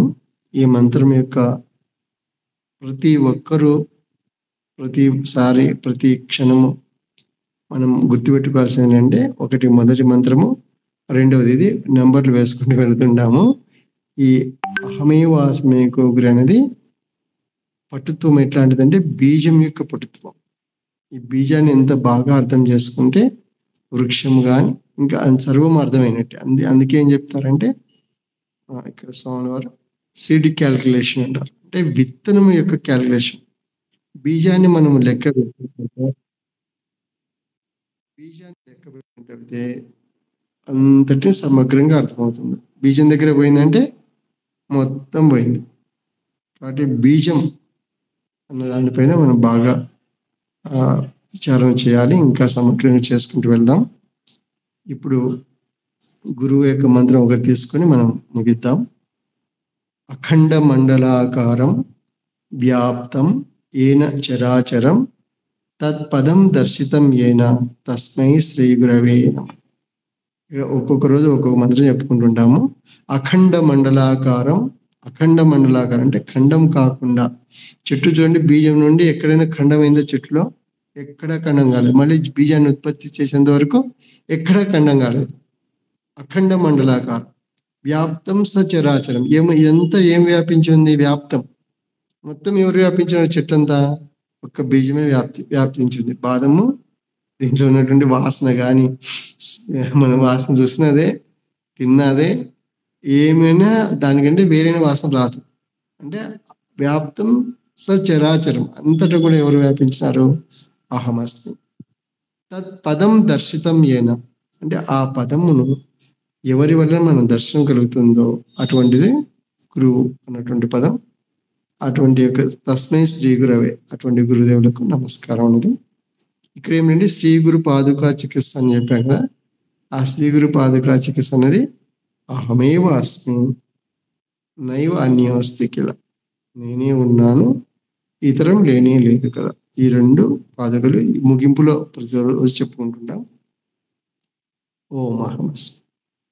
ఇక తర్వాత ప్రశ్నలు ఇవన్నీ దాంట్లో సమగ్రంగా చెప్పుకున్నాం వివరంగా. దీంట్లో సందేహాలు కానీ ముందు పోయినసారి ఇందాక హరికృష్ణ చెప్పారు కదా, ఆయన యొక్క దాంట్లో సందేహాలు కానీ ఏమన్నా ఇంకోటి, ప్రతి ఒక్కరు కూడా పోయిన క్లాసు ఒక వాక్యం చెప్పాలి. ఈ క్లాసులో విన్నట్లు కాదు, అసలు ఏమో రాసి పెట్టలేదు. ఒక స్వర్ణకుమారి మాత్రం